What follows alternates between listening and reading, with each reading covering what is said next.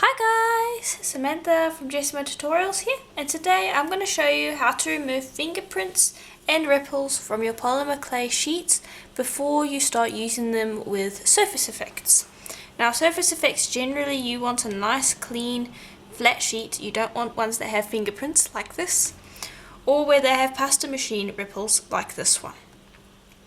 So you'll use the same technique to remove both of these problems. You'll just take a piece of greaseproof paper or plain printing paper if you don't have greaseproof paper. Just take it, lay it on the clay, and then just burnish. And you won't be pressing quite hard when you're doing this. And this is just going to smooth out those fingerprints and leave you with a nice flat piece of polymer clay ready for you to use in a tutorial. In a surface effect. So you can see that now is flat. This one as well we will smooth out.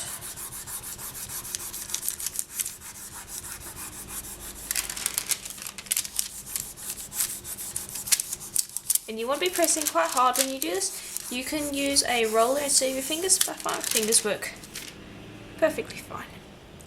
So let's pick this up. There's pretty much no roller lines on that anymore. And this one where we had the fingerprints, no fingerprints. Nice and clean and ready to use. So that's how you would prepare your sheets if you were going to do a surface effect.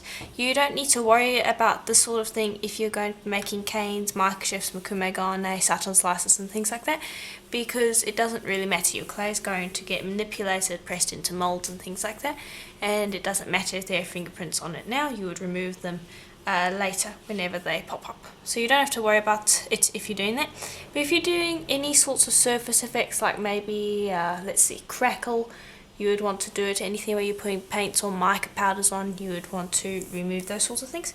So you don't have to do it every single time you start a project, but just the ones where you are applying something just to a basic flat sheet, you want to remove those ripple lines or fingerprints, or both if you have them.